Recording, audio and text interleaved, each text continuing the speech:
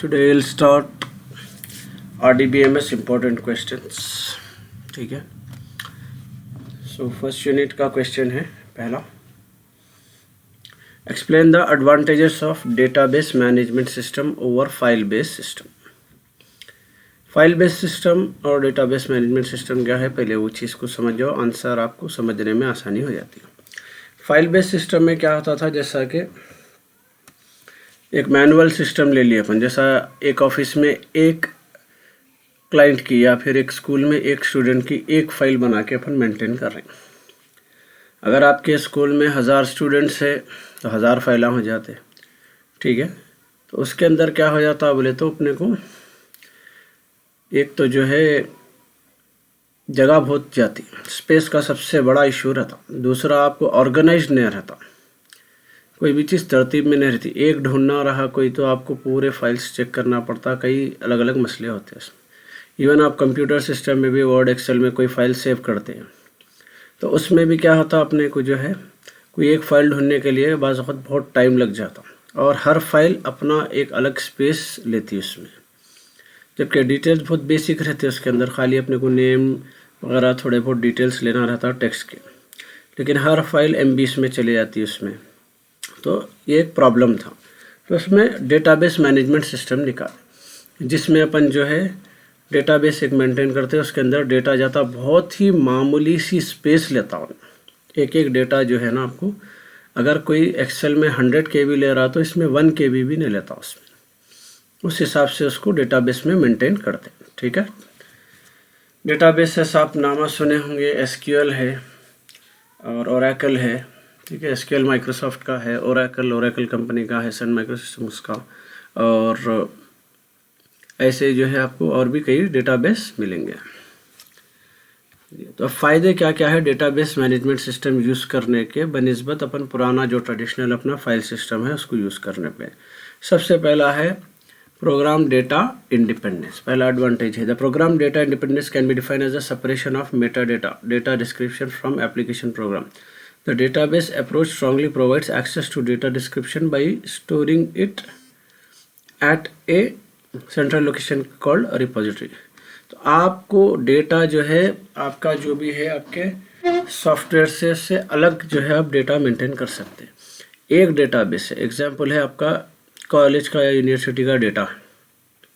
आपका डेटा जो है यूनिवर्सिटी में एक डेटा है, जब आप एडमिशन हुआ आपका जब वहाँ पे एंटर कर दिए, वो एक ही डेटा कई अलग अलग प्रोग्राम्स यूज़ करते हैं, आपका रिज़ल्ट आता. तो आपका डिटेल्स कहाँ से आते हैं, उसमें वही डेटाबेस से आते हैं. आपके जो है ना आगे चल के डिग्री निकल के आती है, आपके कई सारे सर्टिफिकेट आते हैं, आपकी मार्कशीट प्रिंट होके आती है, आपके और भी कई चीज़ें जो है यूनिवर्सिटी से एक्सेस होते हैं. वो सारे कहाँ से आते हैं, आपके स्कॉलरशिप के लिए जाता. तो सारा डेटा एक जगह रहता, वो एक डेटा कई प्रोग्राम्स यूज़ कर सकते, कोई एक पर्टिकुलर प्रोग्राम का ही डेटा नहीं है. ठीक है, तो इसलिए क्या है एक डेटा जो है प्रोग्राम इंडिपेंडेंट रहता, कोई भी प्रोग्राम उसको यूज़ कर सकता है. एक सेंट्रल डेटाबेस के साथ मेंटेन करते एक जगह पे, उसको पूरे लोग इस्तेमाल कर सकते हैं. Reduce data redundancy. रिडंडेंसी का मतलब लिख लो रिपीटेड डुप्लीकेशन. आपको जो है ना डेटाबेस में कभी भी उन्हें डुप्लीकेट डेटा जाने नहीं देता. अपन जैसा ईमेल ID वगैरह जनरेट करते गूगल में, उस टाइम पे अगर सेम ID आ गई वहाँ पे तो उन्हें रिजेक्ट कर देता. ठीक है, डेटाबेस भी वैसी काम करता है. अगर सेम डेटा अगर उसको दोबारा इंटर हो रहा वहाँ पे तो उन्हें क्या करता, उसको एक्सेप्ट नहीं करता, ऑलरेडी एग्जिस्ट बोल के देता.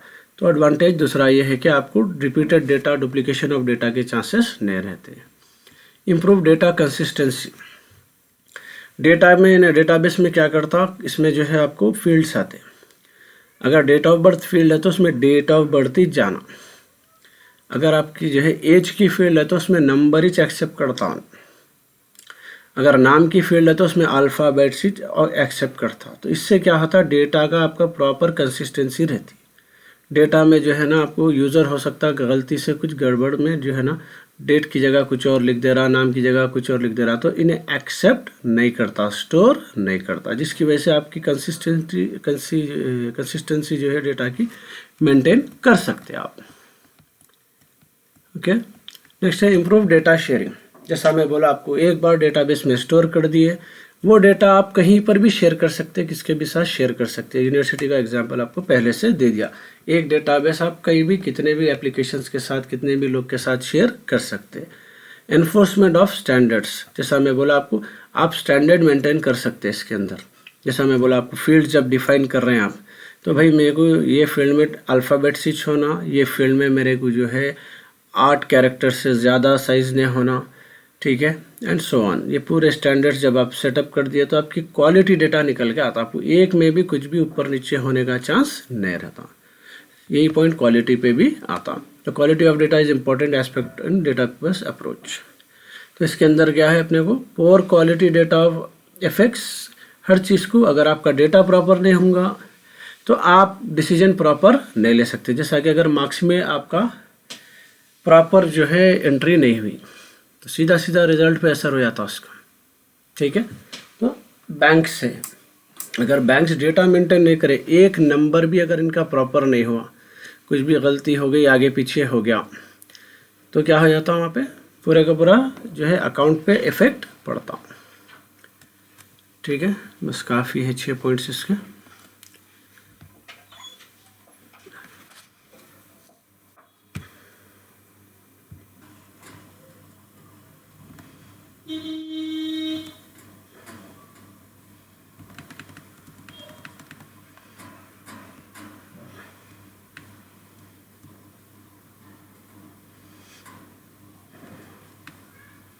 इसके अंदर ये 3 पॉइंट्स भी आप ऐड कर दे सकते हैं। Improve data accessibility and responsiveness, क्योंकि डेटा आपका जो है बहुत लाइट वेटेड है, इसकी वजह से जो है आपको रिस्पॉन्स टाइम जल्दी रहता है, यानी फास्ट डाउनलोडिंग हो जाती है। अक्सर अपन देखते हैं बस चीज़ें डाउनलोड होने को टाइम लेते हैं, लेकिन डेटा आपका जो है आसानी से डाउनलोड हो जाता जो डेटाबेस में रहता, क्योंकि बहुत कम स्पेस लिया हुआ रहता। रिड्यूस प्रोग्राम मेंटेनेंस, जैसा मैं बोला इसके अंदर जो है आपका एप्लीकेशन प्रोग्राम अलग रहता, डेटा अलग रहता, तो जिसकी वजह से क्या होता आपको आसानी से आप जो है ना आपका जो भी सॉफ्टवेयर है उसका मेंटेनेंस कर ले सकते हैं, क्योंकि डेटा अलग से रहता, दोनों मिक्स नहीं रहते। जब दोनों मिक्स होते हैं तो आपको प्रॉब्लम होता, ठीक है। इम्प्रूव डिसीजन सपोर्ट, जैसा मैं बोला आपको डेटा सपोर्ट जो है आपका इम्प्रूव डिसीजन सपोर्ट मतलब जब आपका डेटाबेस प्रॉपर डेटा देंगे आपको तो आप कोई भी डिसीजन ले सकते हैं। जैसा अगर बिजनेस कर रही, अगर आपका सेल्स का या आपका जो है डिमांड का या आपका जो है सप्लाई का या आपके अकाउंट्स का प्रॉपर डेटा मिलेगा तो आप प्रॉपर जो है डिसीजन ले सकते हैं, ओके। नेक्स्ट क्वेश्चन है functions and role of database administrator, DBAB बोलते हैं। डेटाबेस एडमिनिस्ट्रेटर कौन होता? आदमी ही है, ठीक है। डेटाबेस का जो भी आपका मेंटेन करता, ठीक है, जो पूरा कंट्रोल करता आपके डेटाबेस को, उसको बोलते हैं डेटाबेस एडमिनिस्ट्रेटर। आपके इसमें कोई जो है ना डिप्लोमा अगर आप करें DBA का तो आप DBA बन सकते हैं, ओके। उसका काम क्या रहता? सबसे पहले database administrator is another component of database. DBA can be describe as a person who takes care of the overall management of the data resources with in an organisation. इसकी मर्जी के बगैर डेटाबेस में कोई चीज़ जाती ना आती, उन्हें जिसको जो एक्सेस दिया वो हिसाब से काम करना पड़ता। एग्जाम्पल है, अगर एक बैंक है तो बैंक के अंदर जो है जो बैंक का मैनेजर रहता उसको जो प्रिविलेजेस यानी उसको जो फैसिलिटीज़ रहते या उसको जो अथॉरिटी रहती, जो चीज़ें उन्हें एक्सेस कर सकता, एक बैंक का क्लर्क वो चीज़ें एक्सेस नहीं कर सकता। वो एक्सेस किस हद तक देना वो डिसाइड करता आपको डेटाबेस एडमिनिस्ट्रेटर, ओके। चलिए उसका फंक्शन में सबसे पहला है defining the schema for the database. Schema क्या है? DB identifies the entities important for the organisation and the data to be stored in the entities. This is called conceptual design.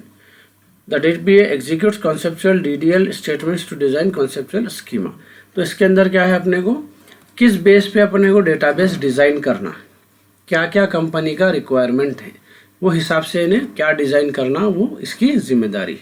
Internal schema, once the data to be stored is identified the DBA proceeds on deciding how to store. यहाँ पे decide कर रहे हैं अपने को क्या क्या लेने का है। जैसा कि अगर मैं कोई बिजनेस खोल रहा हूँ तो बिजनेस के लिए मेरे को कस्टमर के क्या क्या डिटेल्स लेके स्टोर करना है, सबसे पहले इसके अंदर डिज़ाइन करते हैं। उसके बाद में उसको कैसा स्टोर करना है वो डिसाइड करता है, that is called internal schema. Next है modifying schema of database.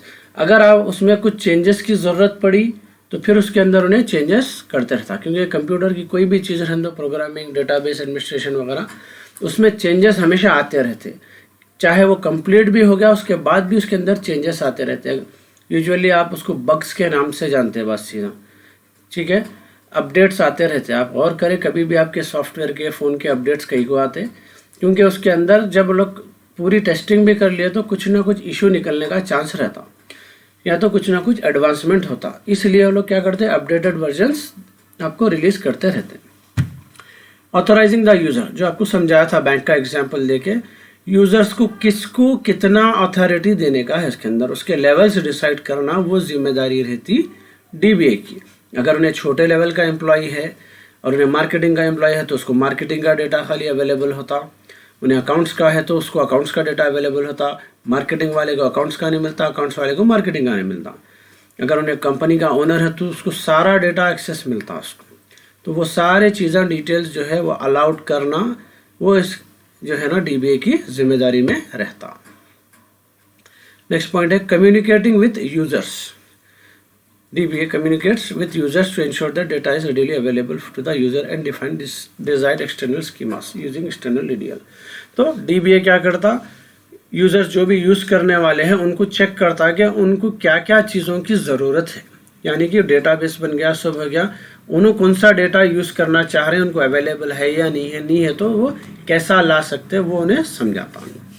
Regular maintenance, ठीक है, अब डेटाबेस चल रहा, सब चला, लेकिन उसको मेंटेनेंस की ज़रूरत पड़ सकती, समझे। कभी हो सकता कि जो है डेटाबेस जो है फुल होने का चांस रहता, क्योंकि स्टोरेज का एक लिमिट रहता, तो अननेसेसरी डेटा निकालना उसके अंदर से, या फिर जो है दूसरी हार्ड डिस्क या फिर जो जिसमें भी अपन स्टोर कर रहे हैं वो, या दूसरा सर्वर अवेलेबल कराना, ये सारे चीज़ें आते हैं मेंटेनेंस में। प्लस बैकअप ज़रूरी है, अपन खुद देखते हैं, अपन फोटोज़ का बैकअप रखते हैं, हर चीज़ का, तो यहाँ पर भी क्या है, अपने को बैकअप मेंटेन करना, ठीक है।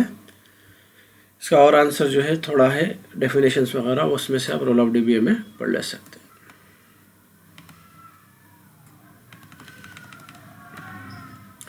चलिए, सेकेंड यूनिट का फर्स्ट क्वेश्चन है जो आपको हमेशा रिपीट करता, नॉर्मल फॉर्म्स है, ठीक है। इसमें 3 नॉर्मल फॉर्म्स आते हैं, first normal form, second normal form, third normal form. ये थोड़ा टिपिकल और टेक्निकल क्वेश्चन है, आसानी से समझ में नहीं आता, मैं इसको एग्जांपल देता हूँ, एग्जांपल को फॉलो करते हुए चलिए उसमें समझे। अब एग्जांपल है कि अब मेरे को रोटी होने का है, ठीक है, रोटी के लिए पहले कुछ प्रोसेसेस से वो चीज़ को गुजरना पड़ता, ठीक है। अगर मेरे को रोटी होने का है तो सबसे पहले गेहूँ रहता, गेहूँ को आटा बनना पड़ता, उसको अपन बोलेंगे फर्स्ट नॉर्मल फॉर्म, क्योंकि गेहूँ को सीधा सीधा जो है अपन जो है क्या बोल सकते, जो है ना, भीगा हुआ आटा नहीं बना सकते, उसको रोटी नहीं बना सकते, उसकी रोटी बेल नहीं सकते अपन। तो सबसे पहला प्रोसीजर क्या है, गेहूँ का आटा बनना, उसको बोलेंगे अपन आटे को फर्स्ट नॉर्मल फॉर्म, ठीक है। उसके बाद फिर वो आटा जो है उसको अपन जो है भिगा के करके उसको सब जो है एक रोटी बेलने के फॉर्म में उसको लेके आते, that is second normal form, ठीक है। सीधा सीधा आटे को लेके आप तवे पे रोटी नहीं बना सकते, ये बीच का स्टेप ज़रूरी है, तो इन्हें सेकेंड नॉर्मल फॉर्म में आएगा। उसके बाद वहाँ से रोटी बेलने के बाद फिर तवे पे जाके थर्ड नॉर्मल फॉर्म में रोटी तैयार होती है। तो फर्स्ट नॉर्मल फॉर्म कंप्लीट हुए तक सेकेंड नॉर्मल फॉर्म में नहीं जा सकते, सेकेंड नॉर्मल फॉर्म कंप्लीट हुए तक थर्ड नॉर्मल फॉर्म में नहीं जा सकते। तो यहाँ पर भी वही है, अपने को जो है नॉर्मल फॉर्म से डेटा को चेक करते, अगर डेटा में फर्स्ट नॉर्मल फॉर्म पास हो गया तो उसको सेकेंड नॉर्मल फॉर्म में चेक करते, सेकेंड नॉर्मल फॉर्म में कन्वर्ट करते, सेकेंड नॉर्मल फॉर्म में जब आ गया उन्हें तो उसको थर्ड नॉर्मल फॉर्म में कन्वर्ट करते। अब ये नॉर्मल फॉर्म्स क्या है, सबसे पहले ये दिमाग में डालो, अपन ये सब डेटा के लिए कर रहे हैं। डेटा क्या है, कुछ भी नहीं है, आपके डिटेल्स हो सकते हैं, आप स्टूडेंट है तो आपका एडमिशन नंबर, आपका रोल नंबर, आपका name, father name, date of birth, आपके जो है ना एकेडमिक डिटेल्स, ये है डेटा। अगर आप एम्प्लॉय है तो एम्प्लॉय नेम, एम्प्लॉय के जो डिटेल्स होते हैं, सैलरी वगैरह, ये वो हो जाता डेटा। ठीक है, आप फेसबुक यूज़ करते हैं तो आपका जो भी प्रोफाइल का पूरा आप डिटेल्स देते हैं वो आपका डेटा। ओके, ये डेटा की बात हो रही है यहाँ पे।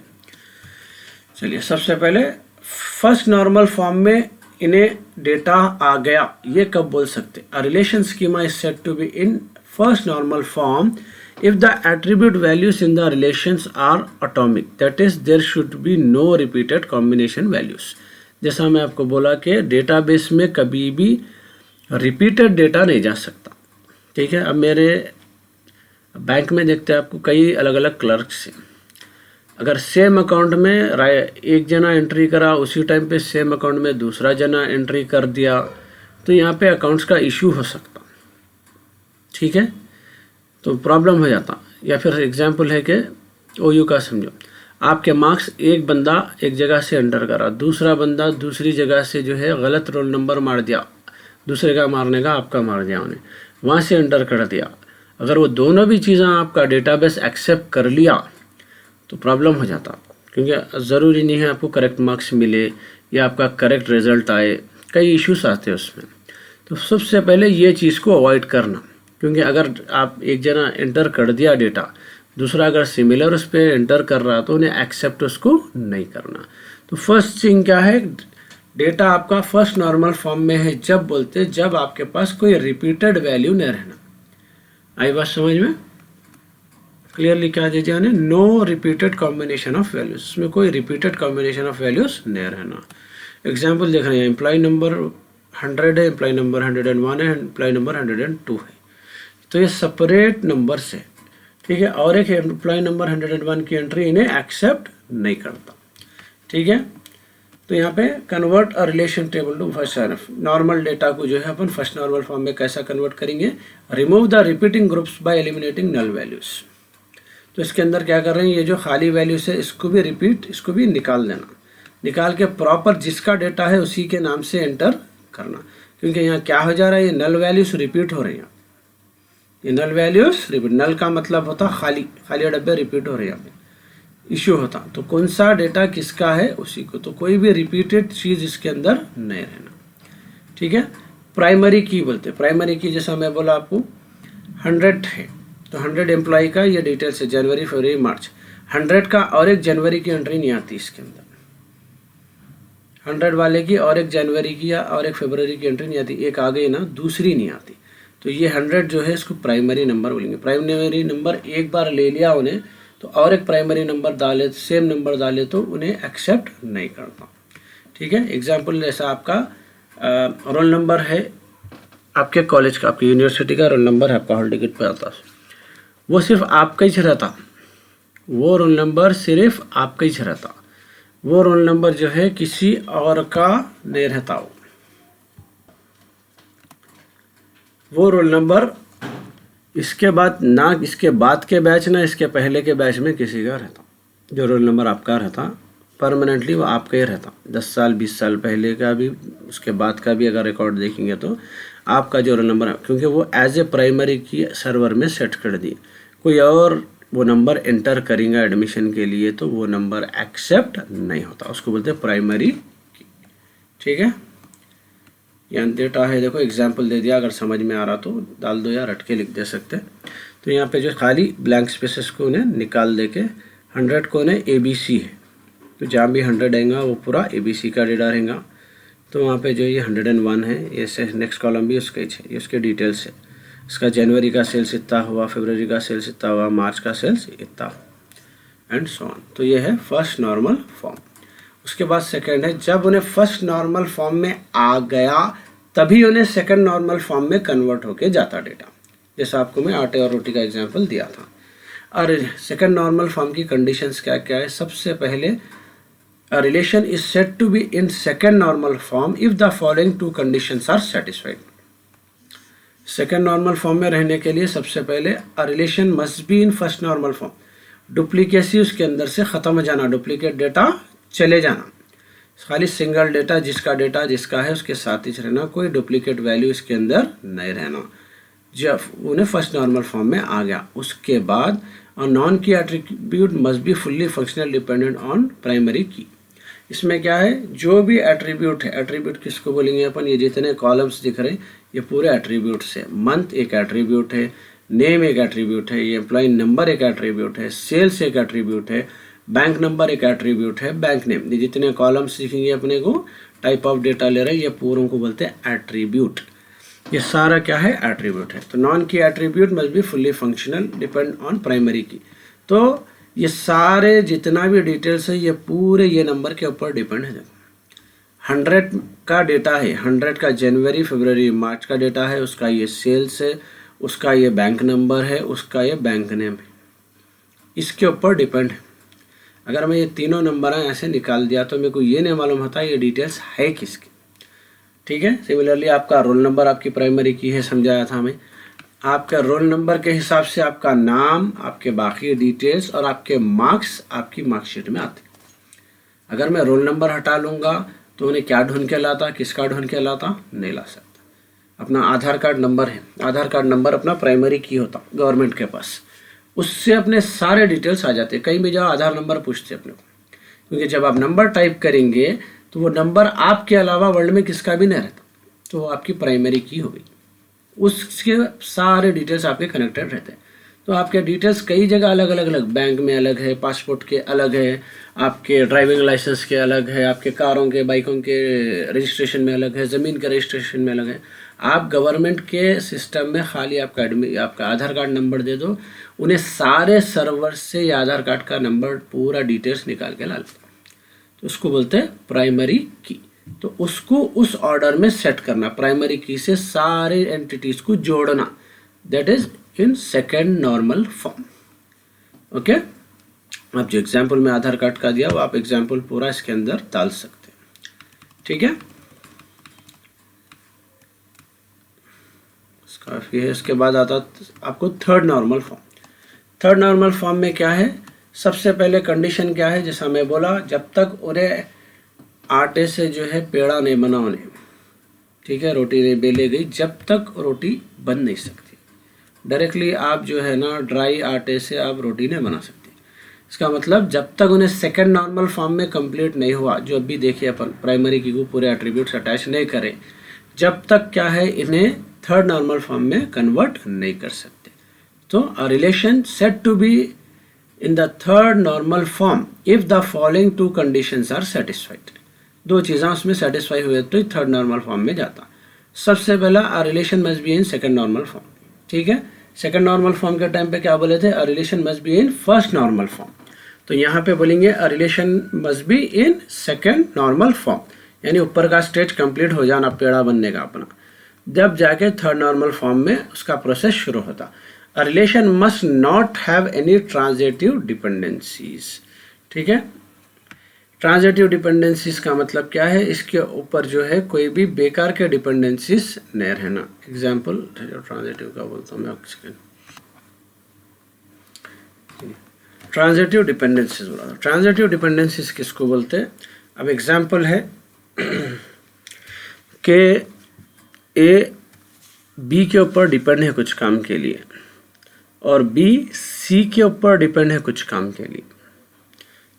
ठीक है, तो प्रॉब्लम ये है, अगर जो है बी सी अगर बी को जो है अगर उन्हें सर्विस नहीं दिया तो बी ए को सर्विस नहीं देता। एग्जाम्पल है, मेरे दोस्त को मैं बुलाया, ठीक है, मैं ए हूँ, मेरा दोस्त बी है, मैं दोस्त को बुलाया कुछ काम से मेरे, और मेरा दोस्त जो है गाड़ी पे डिपेंड है जो कि उसका भाई लेके गया वहाँ।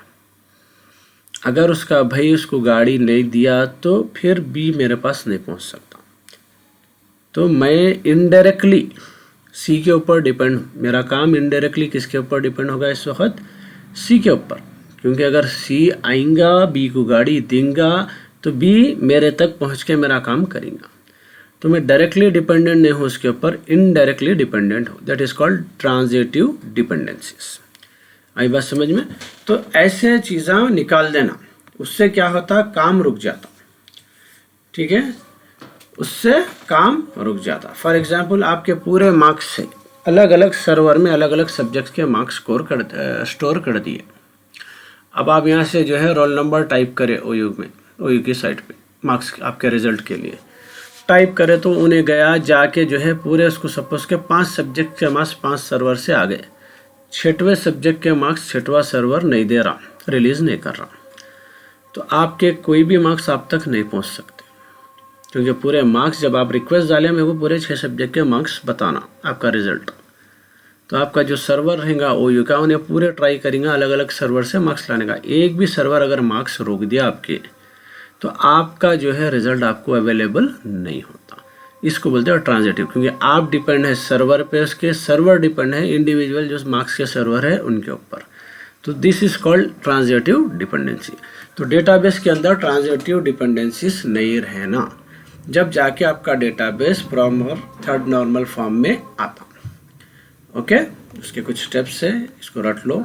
In this step, determinants is transitive dependencies are identified and are written as primary key for a new table. तो इसके अंदर ट्रांजिटिव डिपेंडेंसीज को आइडेंटिफाई करना और उसको प्राइमरी की में कन्वर्ट करना, ये टेक्निकल टर्म है, रट ले सकते इसको। In this step, the attributes that depends on determinant are identified and along with dependency between attributes and in respective determinant। इसमें क्या है, अपने को जो भी इसके ऊपर डिपेंडेंट है, जैसा मैं बोला जो है आपका जो है सर्वर जो है वो आपके मार्क्स के सर्वर पर डिपेंड कर रहा अलग अलग सब्जेक्ट के, तो वो चीज़ को आइडेंटिफाई करना और उसको प्रॉपर सेट करना।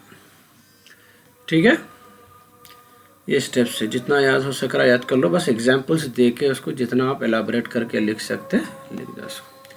ठीक है, यहाँ पे एग्जांपल्स दिया देखो, छोड़ दो, टेक्निकल है, आपको जल्दी समझ में नहीं आते इसमें। देखो not in third normal form,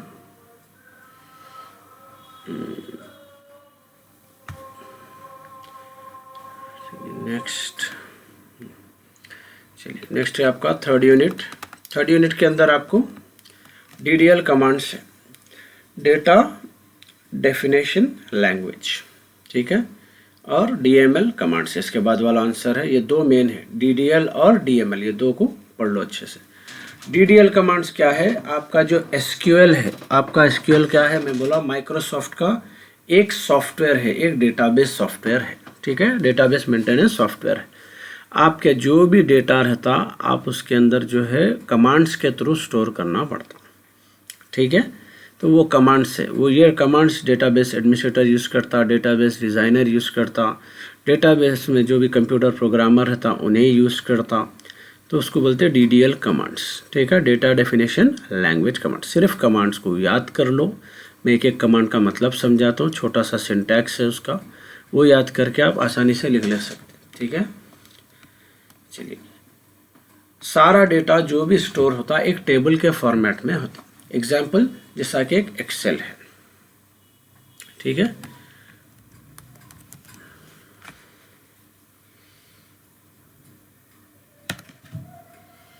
Excel को अक्सर आप देखे होंगे, जो है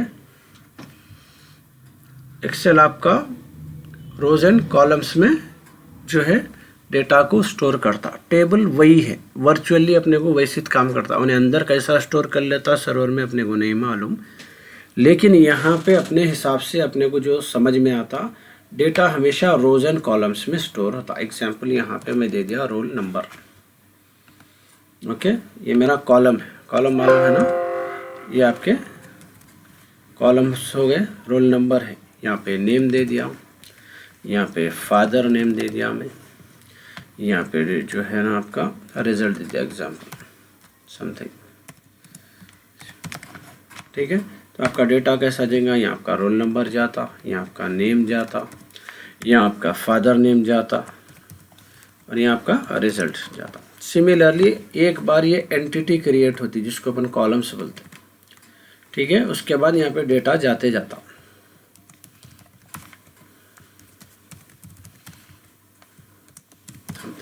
इस तरीके से ये डेटा ऐसे जाता चले आता। तो यहाँ पे जो है अपने को कॉलम्स एंटिटी से और रोज जो भी है ये 2, 3, 4 ये पूरे क्या है डेटा, ठीक है। तो इस हिसाब से डेटाबेस में स्टोर होता डेटा अपने को, तो अपने को ये क्रिएट करना पड़ता। क्रिएट करने के लिए ऐसा टेबल कमांड यूज करते हैं, क्रिएट, DDL का फर्स्ट कमांड है क्रिएट।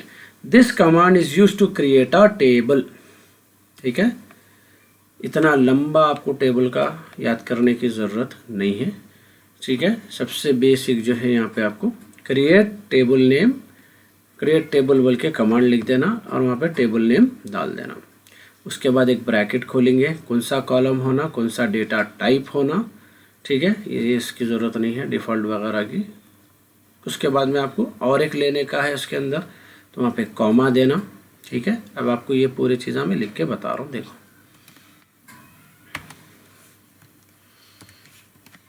आप कैसा इसको जो है ना लिख सकते हैं, सीधा उसके अंदर कमांड लिखने का तरीका है create table.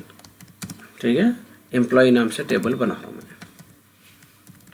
Okay, create table, उसके बाद ब्रैकेट खोलेंगे। पहला कॉलम क्या दिया था हमें, देखो रोल नंबर। रोल नंबर में मेरे को क्या होना है, रोल नंबर जो है इंटीजर होना है, नंबर।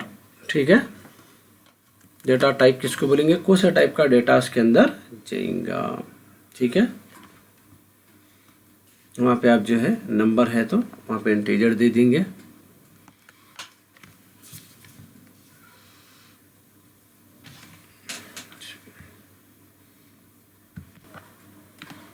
रोल नंबर था, रोल नंबर क्या है अपने को इंटीजर होना है, इंटीजर दे दो, साइज देने की ज़रूरत नहीं है।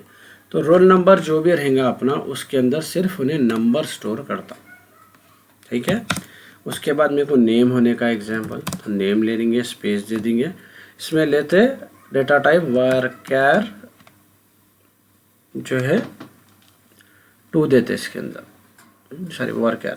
यहाँ पे साइज दे देते, कितने साइज का नेम स्टोर करने का इसके अंदर।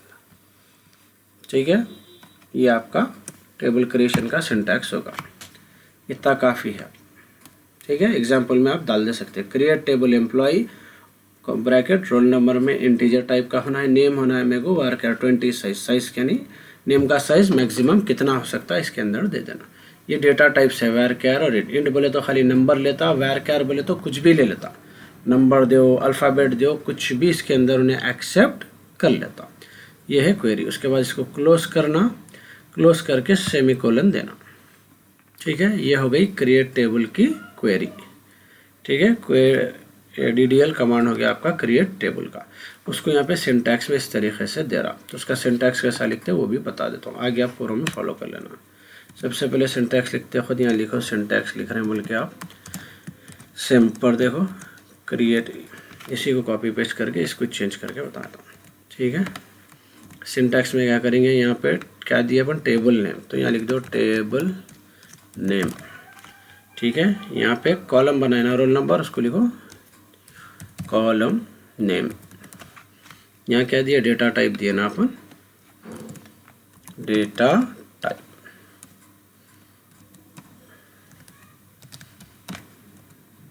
ठीक है, same, sorry, column name, first column था तो कॉलम नेम 1, फिर ये भी नेम क्या दिया अपन, column name COLUMN, column name 2। varchar को क्या दिया था, डेटा टाइप, डेटा टाइप। ये आपका सिंटैक्स भी रेडी हो गया। सिंटैक्स लिखो और इसको लिखो एग्जाम्पल में, ये क्या है, एग्जाम्पल है आपका, और ये क्या है आपका सिंटैक्स। सिंटैक्स का मतलब होता है कमांड लिखने का तरीका। एग्जाम्पल में वो उसी को आप एक्चुअल में कन्वर्ट करके दिखाना कि वो कैसा आप जो है कमांड लिख सकते हैं। ठीक है, सिंटैक्स बोले तो तरीका कैसा है कमांड को लिखने का, कौन सी जगह क्या लिख सकते हैं और क्या लिखना है वो अपन एग्जाम्पल में लिख के बता देना। सब में ये इस्तेमाल करो, मैं एक बेसिक एग्जाम्पल दे दिया आपको। ठीक है, ज़्यादा डिटेल में जाने की ज़रूरत नहीं। ये आपका क्रिएट हो गया, इतना सब डिटेल्स की ज़रूरत नहीं है। इसको एक्सपैंड कर दो, create table command is used to create the table. Here employ is a table name, roll number is the column name, integer is the data type, name is the column name, varchar is the data type of size 20। इसको जितना expand करके लिख सकते हैं लिख दो। ये आपका क्रिएट कमांड ख़त्म हो गया। सेकेंड वाला है, इसके अंदर आपको ऑल्टर। ठीक है, अब टेबल बन गया। यहाँ पे एग्जांपल भी दिया, देखो मैं कैसा क्रिएट करके दिया आपको, वैसे दे। ये नॉट नल वगैरह नहीं लिखे तो भी चल जाता, क्योंकि आपको अभी टाइम है इसको इसके लिए जो है यहाँ कैर भी यूज़ कर सकते हैं। आजकल जो चल रहा जो है लेटेस्ट में वायर कैर आता है, इसमें ये कैर लिख रहा है, यहाँ पे आप वायर कैर भी दे सकते हैं, कैर भी दे सकते हैं। इंटीजर पूरा लिखने की ज़रूरत नहीं है, INT लिखे तो चल जाता है इसके अंदर। बस मैं लिखा सो एग्जाम्पल काफ़ी, आपको ज़्यादा लंबा लिखने की ज़रूरत नहीं है। सेकेंड कमांड है ऑल्टर। ऑल्टर किसको बोलते हैं? Alteration, change. अगर जो है आप गलती से कोई टेबल नेम दे दिए थे, आप जो है टेबल के अंदर कोई कॉलम नेम दे दिए थे, वो कॉलम नहीं होना, आपको कोई और कॉलम होना, ठीक है। तो उसके बाद में आप जो है ये ऑल्टर कमांड उसके अंदर यूज़ करते हैं। Alter command is use to modify the structure of the table और व्यू। तो टेबल में चेंज करने के लिए ऑल्टर कमांड यूज़ करते। उसका यहाँ पे एग्जाम्पल दिया, देखो आपको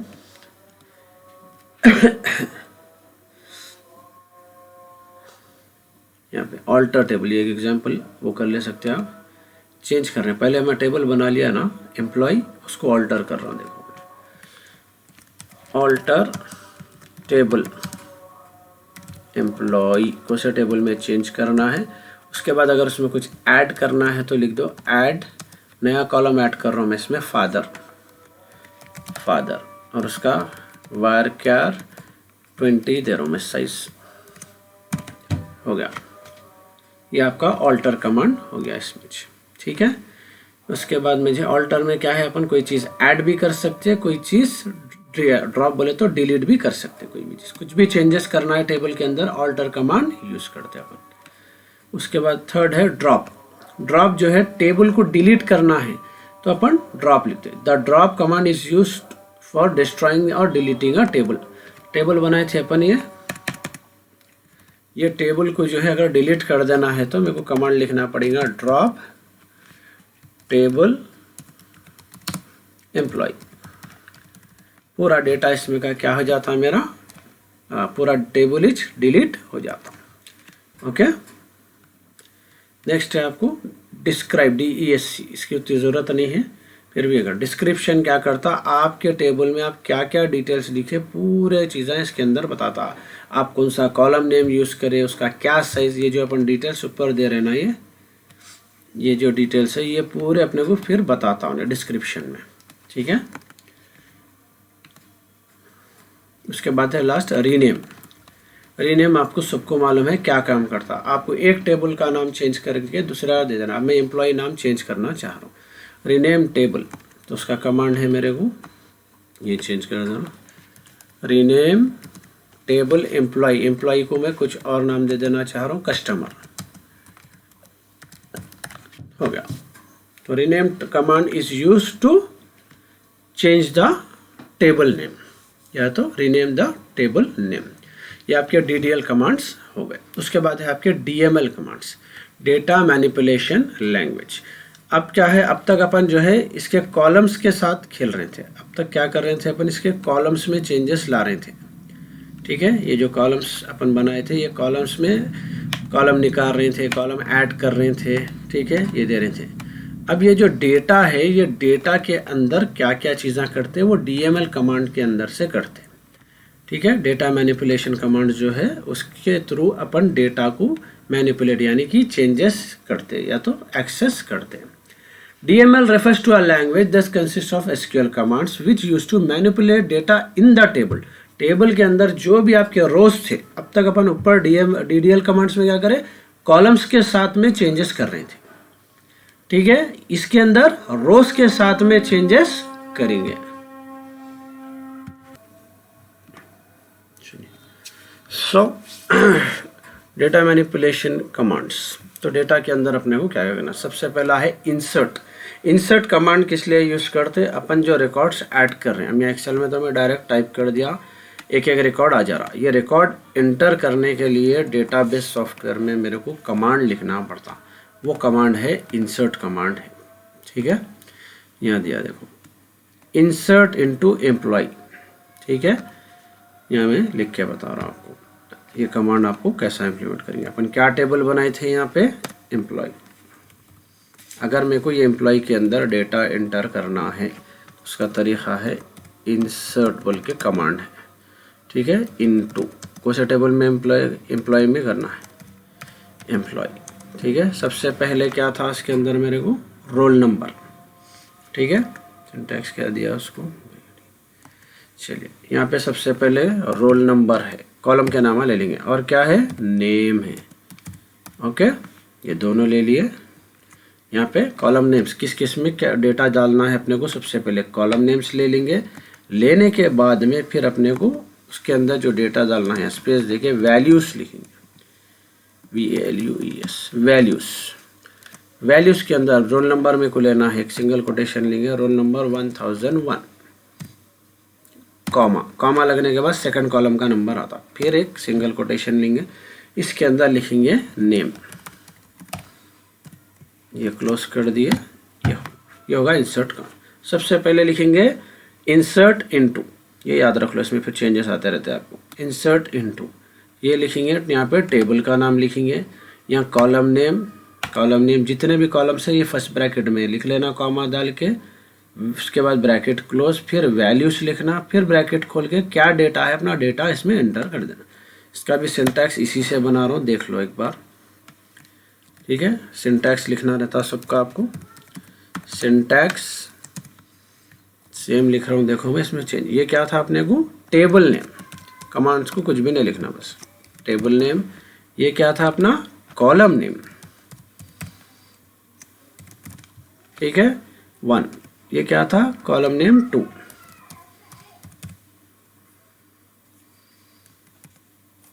कॉलम नेम 2, वैल्यूज डाल दिए, ये क्या रहेगा अपना डेटा, ठीक है, डेटा 1 जो भी आपको एंटर करना है, यहाँ पे लिखेंगे डेटा 2, हो गया, ये आपका सिंटैक्स रेडी हो गया।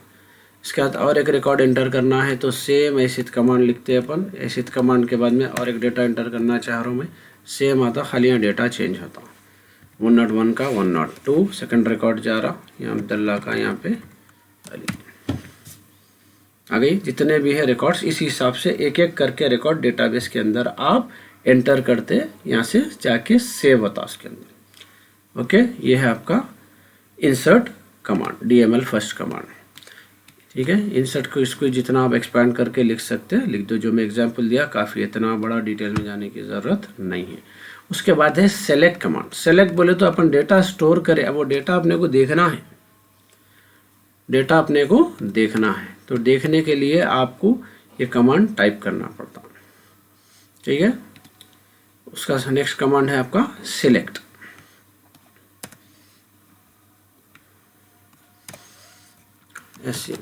सेलेक्ट फ्रॉम, अगर पूरे कॉलम्स देखना है तो सेलेक्ट स्टार फ्रॉम को से उससे लेने का है अपने को एम्प्लॉय, इतना टाइप कर दे के एंटर कर दिए तो उन्हें क्या करता अपने को डेटा ऐसा लेके आता, रोल नंबर नेम, ये उन्हें डिस्प्ले करता, मैं एग्जांपल बता रहा हूँ, 101 करे थे अपन और 1002 करे थे, ठीक है, उन्हें ऐसा डेटा लाके अपने को बताता, आप ऐसा स्टोर करे हुए है, ये स्टोर करे हुए। Select star from employ table में जाके पूरा डेटा सेलेक्ट करके लेके आता, मेरे को सिर्फ रोल नंबर्स देखने का है तो मैं यहाँ पे सेलेक्ट की जगह स्टार की जगह लिख दूंगा roll number, select roll number from employ, तो मेरे को उन्हें ये डेटा नहीं देता, खाली रोल नंबर्स ला के दे देता, आई बात समझ में। अगर मैं यहाँ दूंगा सेलेक्ट नेम फ्रॉम एम्प्लॉय तो उन्हें सिर्फ नेम्स लाता, मेरे को रोल नंबर्स नहीं लाता, आ गई बात समझ में। यहाँ पे कॉलम नेम और यहाँ पे टेबल नेम, अब इसका सिंटैक्स बना लेंगे अपन, ठीक है। सिंटैक्स में जो है आपको सेम कॉपी पेस्ट कर रहा हूँ, देखो मैं इसका ही सिंटैक्स बनाता हूँ, एग्जाम्पल याद रख लो, सिंटैक्स खुद बहुत ज़्यादा, नेम क्या था मेरा कॉलम नेम, और ये क्या था मेरा टेबल नेम, हो गया, ये आपका सिंटैक्स हो गया। कॉलम नेम की जगह आप स्टार दे दीजिए तो स्टार के अंदर पूरे कॉलम्स लिए क्या था, आप 50 कॉलम रहने दो, पूरे 50 कॉलम का डेटा उन्हें लाके दे देता आपने, यह होगा आपका select. Select command, this command is used to retrieve information, retrieve का मतलब होता है लाना, bring, bring information from the table. Table में से अगर आपको लाना, ये दोनों एग्जांपल दिया, देखो आपको कॉलम लाने का है तो यहाँ कॉलम नेम दे देना, नहीं पूरे कॉलम्स होना है तो यहाँ स्टार डाल देना। ओके, ये हो गया आपका सिलेक्ट। उसके बाद है वेयर। वेयर क्लॉज क्या है? कंडीशनल क्लॉज है। वेयर कब लिखते हैं? अब मैं बोला कि सिर्फ वही बच्चों को सेलेक्ट करो जो बच्चे 18 ईयर्स के अबाव है, सेलेक्ट करो। तो पहला क्या हो गया? सिलेक्ट कर रहा हूँ उन्हें। किसको सेलेक्ट करेंगे? सिर्फ कंडीशन क्या है मेरी? उन्हें 18 के ऊपर ही रहना। ठीक है, तो वैसा अपन इसके अंदर वेयर क्लॉज में लिखते हैं। सेम सेलेक्ट कैसे रहता, यहाँ तक आपने कुछ क्या सीखे अपन यहाँ पे? Select name from employ. ठीक है, सेलेक्ट क्वेरी सेम ही है, कुछ भी चेंज नको करो। यहाँ पे ऐड करो वेयर, वेयर नेम एग्जाम्पल, या फिर वेयर एज अगर मेरे पास पहले से लिखे हुआ है तो लिखो where age is greater than और इक्वल टू 18। खत्म। तो अब इन्हें क्या करता, ये कंडीशन ऐड करे, इसको क्या बोलेंगे अपन? कंडीशन। वेयर में क्या ऐड करते हैं अपन? कंडीशन।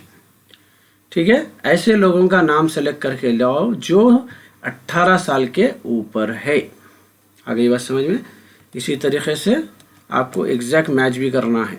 जैसा कि अपन गूगल में सर्च करते हैं, अपने फ़ोन के डायल पैड में जब अपन नंबर या नाम टाइप करें तो उन्हें एग्जैक्ट नेम्स ढूंढ के लेके आता हूँ वहाँ से, तो वो वहाँ पे ये वेयर कंडीशन यूज होती है। ठीक है, वेयर कंडीशन वहाँ पे इस्तेमाल करते। Where name equals to Abdullah. तो डेटाबेस में जितने का भी नाम अब्दुल्ला रहेगा, सिर्फ वही डेटा लाके आपके सामने उन्हें पेश करता। आई बात समझ में? तो वेयर क्लॉज क्या काम करता? आपको सेलेक्ट करके लाता डेटा, जो भी आप कंडीशन दिए वो कंडीशन के हिसाब से। अब इसका सिंटैक्स सेम अपन इससे क्रिएट कर लेंगे। सिंटैक्स डाल दो। ये क्या है अपना? Column name. ये है अपना table name. Where column name, यहाँ पे डेटा। ठीक है, तो यहाँ पे लिखेंगे, इसको ब्रैकेट में लिख दो, यहाँ पे लिख देंगे कंडीशन है। क्या है ये? कंडीशन। आई बात समझ में? तो ये कंडीशन के हिसाब से डेटा लेके आओ। ये हो गया आपका वेयर क्लॉज। उसके बाद है अपडेट। अगर आपको कोई भी डिटेल्स अपडेट करने का है, अगर आपको, जैसा कि मैं 1001 पे अब्दुल्ला नाम स्टोर करा था, ठीक है, this command is use to change और modify the existing column values. आपको अगर डेटा में चेंजेस करने का है तो अपन यूज करेंगे वहाँ पे अपडेट। ठीक है, देखो उसको कैसा इम्प्लीमेंट करते हैं। कमांड है अपडेट। अपडेट के बाद लिखेंगे टेबल नेम। कौन सा टेबल नेम है अपना? एम्प्लॉय। ठीक है, तो उसके बाद लिखेंगे set name equals to Ahmad. ठीक है, क्या चेंज करना है? नाम मेरे को अहमद बनाना है। वेयर कहाँ पे बनाना है? Condition where roll number equals to 1001 को इसमें लिखेंगे कंडीशन। जहां पर भी रोल नंबर 1001 है उसका नाम अब्दुल्ला से बदल के अहमद कर दो। तो अपडेट एम्प्लॉय को से टेबल में चेंज करना है, पहले वो दे रहे अपन। उसके बाद सेट बोल रहे, सेट कमांड है। सेट करो नेम जो है कॉलम, उसमें अहमद लिखो। कहाँ पे लिखना अहमद? वेयर कहाँ पे? जहाँ पे रोल नंबर 1001 है। तो अगला डेटा जब आएगा मेरा तो वहाँ पे रोल नंबर मैं बताया था ना आपको, नेम है। तो अब जो 1001 डेटा रहेगा वहाँ पे अब्दुल्ला के बजाय नाम आएगा अहमद। 1002 में कोई चेंज नहीं रहेगा मेरा, अली का अली चलेगा उन्हें। आई बात समझ में? तो update is use to make changes और modifications in the data. Okay, in the data. तो ये अपडेट कमांड है। सिंटैक्स सेम है इसी का, इसी में से अपन जो है ना सिंटैक्स बना लेंगे इसका।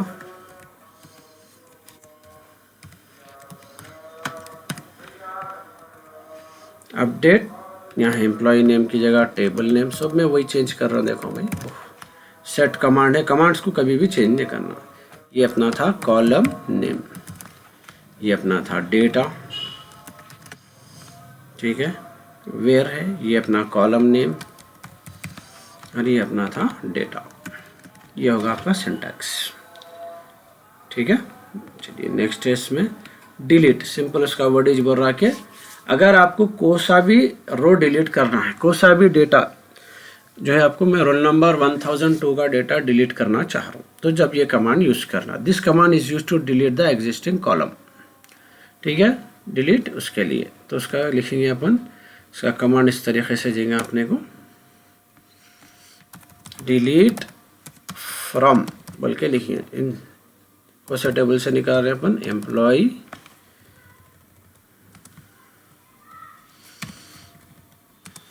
वेयर, कौन सा डिलीट करेंगे अपन, रोल नंबर इक्वल्स टू 1002, खत्म। इन्हें क्या करता, जाता 1002 रोल नंबर ढूंढता, उसका पूरे डिटेल्स डिलीट कर देता, पूरे डिटेल्स डिलीट कर देता। सेम इसमें सिंटैक्स बना लेंगे अपन,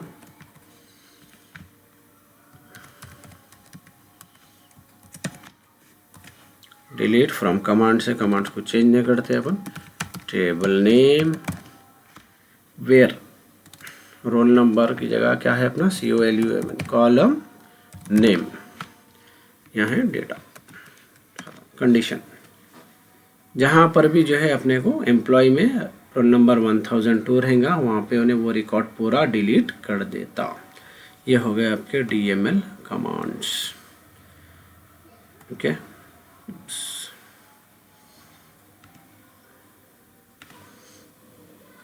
So next is fourth unit.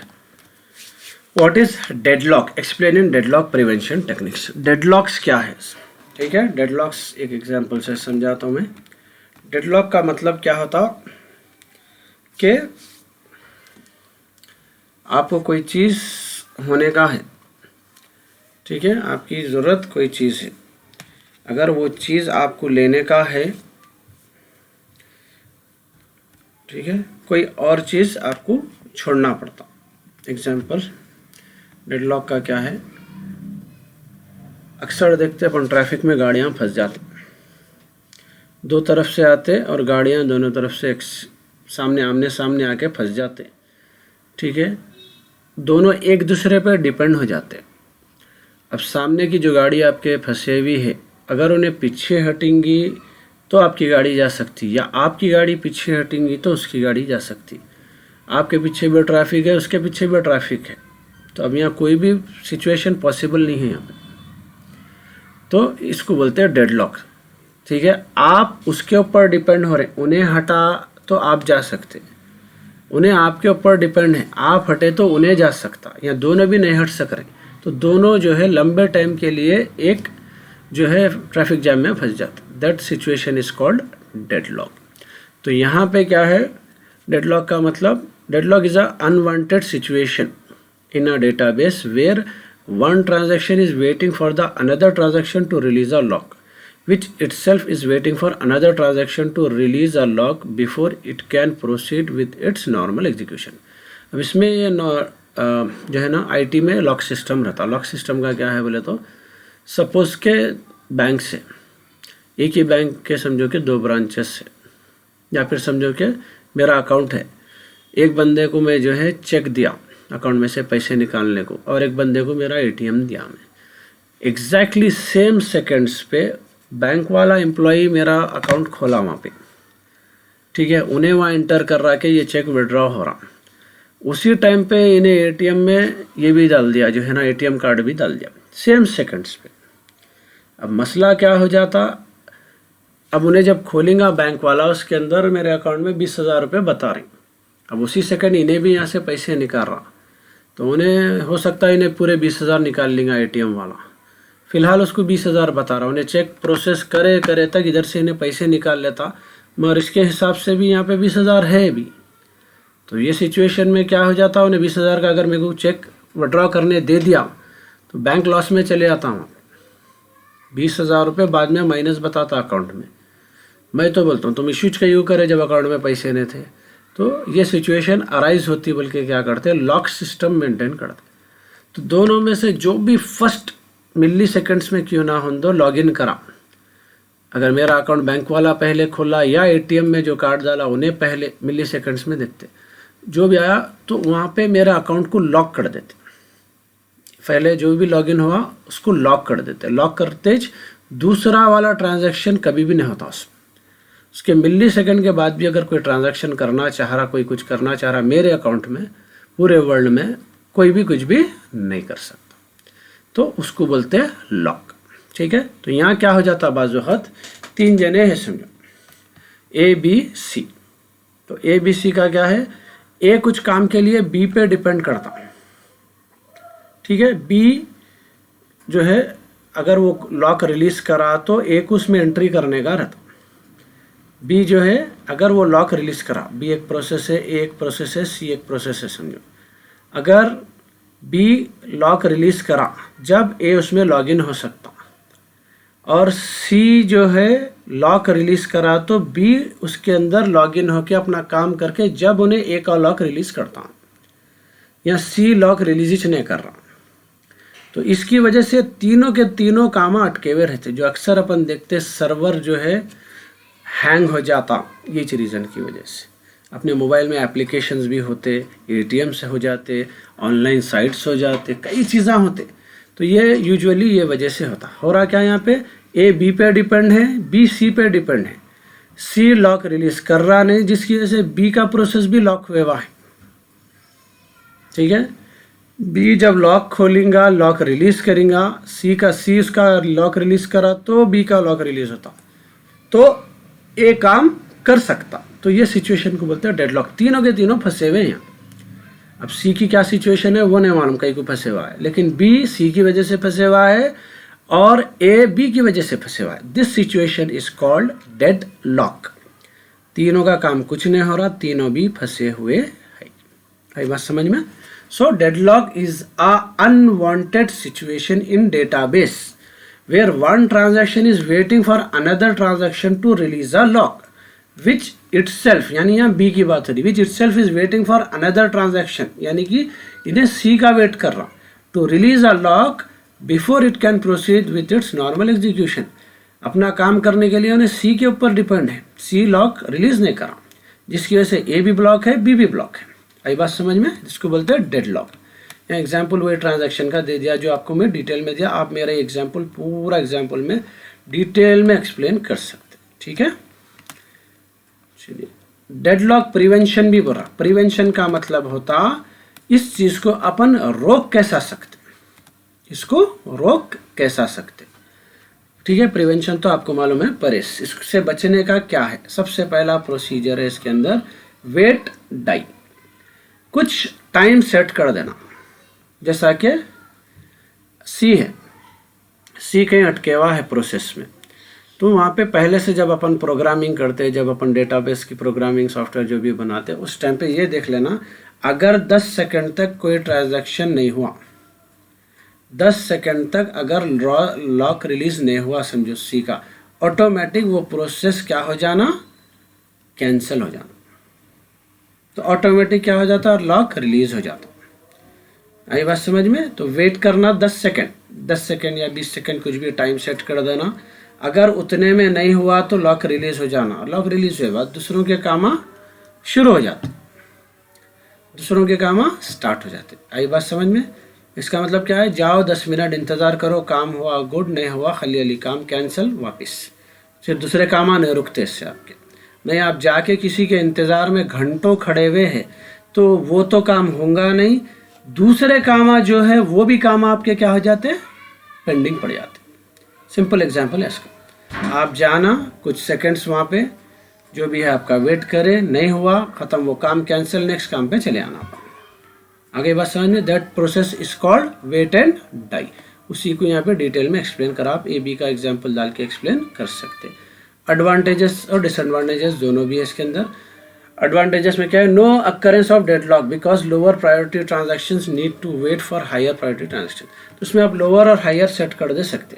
अगर काम इंपॉर्टेंट है तो उसको ज़्यादा टाइम दे सकते आप, यहाँ पे समझो कि आपको एक काम जो है ज़्यादा अहमियत का है, एक काम कम अहमियत का है, तो ज़्यादा अहमियत का जो काम है आप उसको जो है ना पहले आपका प्रोसेस उसको अटेंड करना, ठीक है, उसके बाद जो है दूसरों को अटेंड करना उन्हें। अदरवाइज टाइम वेट करना 30 सेकंड्स तक नहीं हुआ, इसको 30 सेकंड्स दिए, उसको 20, इसको 10, जैसा टाइम नहीं हुआ सीधा डाई हो जाना उन्हें, वो प्रोसेस कैंसिल हो जाना, ठीक है, पूरे को कैंसिल हो जाना। आगे बात समझ में। इट अवॉइड स्टारवेशन, इसमें क्या है सेम, आपको जो है ना वेट करने की ज़रूरत नहीं पड़ती, इन्हें क्या करता आपको लंबे टाइम के लिए स्टारवेशन में नहीं डालता आपको, ठीक है, बस काफ़ी है। नेक्स्ट है उसमें प्रिवेंशन में wound wait, it preemptive schemes wherein if a transaction even request a lock which is currently held by transaction of T of j, then t1 is allowed to wait if its timestamp value is greater than that of t of j, else tj is rolled back। इसके अंदर क्या है बोले तो अगर आप जो है मैं बोला ना प्रायोरिटीज़ दे देते, अहमियत, कोई काम ज़्यादा इम्पोर्टेंट है और कोई काम कम इम्पोर्टेंट है, तो कम इम्पोर्टेंट का काम ऑलरेडी ट्रांजैक्शन जो है ए शुरू कर दिया, लेकिन बी उसके पास ज़्यादा इंपॉर्टेंस का ट्रांजैक्शन लेके आया, तो ए को उन्हें छोड़ दे के बी को अटेंड करता, ए को रिलीज़ कर देता, चलते हुए काम को उन्हें क्या करता रिलीज़ कर दे के बी को उसको अटेंड करता पहले। तो यहाँ पे हाई प्रायोरिटी को, जिसमें क्या है डेडलॉक नहीं होता, इन्हें उसकी वेटिंग में नहीं रहता, उन्हें इसकी वेटिंग में नहीं रहता, that is wait wound wait. Same advantages, deadlock never occurs, क्योंकि हाई प्रायोरिटी ट्रांजैक्शन को वेट करने की जरूरत नहीं पड़ी यहाँ पे, high priority transaction need not wait for low priority, तो हाई प्रायोरिटी को ज़्यादा अहमियत मिलती, पहले उसको अटेंड कर लेके फिर लो को अटेंड करते। ओके, सिमिलर वही पॉइंट्स है इसके। नेक्स्ट आंसर है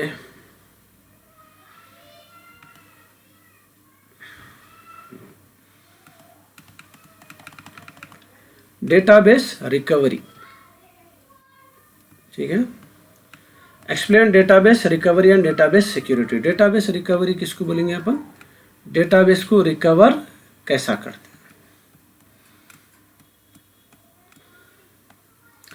the database transaction recovery process uses the following two methods and recovers the database to a consistent state with the help of the data in the transaction log. अब सोचो, आपको जो है database आपका bank का database है, bank के database से आपके सारे डिटेल्स डिलीट हो गए सडनली, तो क्या हो जाता है यहाँ पे मसला हो जाता, ठीक है। आप कोई ट्रांजैक्शन करे, कोई गया बैंक से 1 लाख रुपए विड्रॉ कर लिया और उन्हें चले गया, जाने के बाद में वो डिटेल्स अपडेट हुई ही नहीं, वो डिलीट हो गया, ठीक है। सम रीज़न, वायरस हो सकता या कुछ भी माल फंक्शन हो सकता, कुछ भी हो सकता, तो मसला क्या है, सीधा सीधा बैंक को 1 लाख का लॉस हो जाता हूँ, पैसे तो चले गए और उसके अकाउंट में एंट्री भी नहीं एंटर हुई हो। तो ऐसे कई सिचुएशंस आ सकते हैं, सडनली जो है कुछ भी आपको हार्डवेयर है इलेक्ट्रॉनिक, कभी भी उन्हें डैमेज हो सकता, क्योंकि आपका डेटा पूरा हार्ड ड्राइव पे स्टोर होता, सर्वर में रहने दो कहीं भी रहने दो, हार्ड ड्राइव पे स्टोर होता, तो उसके अंदर जो है डेटाबेस को रिकवर करने के मेथड्स क्या क्या है वो अपन इसके अंदर देखेंगे, ठीक है। Explain database security, security database recover, various database recovery and security techniques. तो इसके अंदर टेक्निक्स क्या क्या यूज करते हैं वो देखेंगे। पहला है डिफर्ड राइट और deferred update method. In deferred write method the updations are perform only on the transaction log but not in the physical database. When the transaction reaches its commit point, the physical database is updated using data from the transaction log. The physical database will not be updated if the transaction aborts before reaching to commit. तो इसके अंदर क्या है, सबसे पहला process, अब एक transaction शुरू हुआ, समझो कस्टमर का डेटा एंटर करे, क्या निकाल रहा क्या जा रहा, वो पूरे चीज़ें सीधा जाके उन्हें डेटाबेस में अपडेट नहीं करता। सबसे पहले एक टेम्पररी छोटी सी एक फाइल में स्टोर कर लेता, टेम्पररी फाइल बोल सकते हैं उसको, लॉग बोलते हैं। टेम्पररी फाइल में वो डिटेल्स करता, जैसा वो ट्रांजैक्शन पूरा कंप्लीट हो गया उसके बाद वो डेटा ले जाके उन्हें डेटाबेस में स्टोर करता।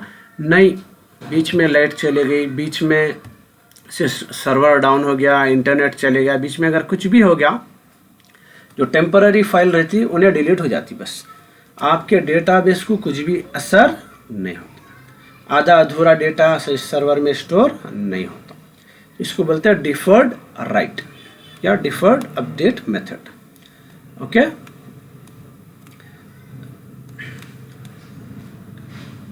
तो इसके प्रोसेस के कुछ स्टेप्स लिखा उन्हें। Determine the last check point in the transaction log to know the time when the transaction data was stored in the physical disc.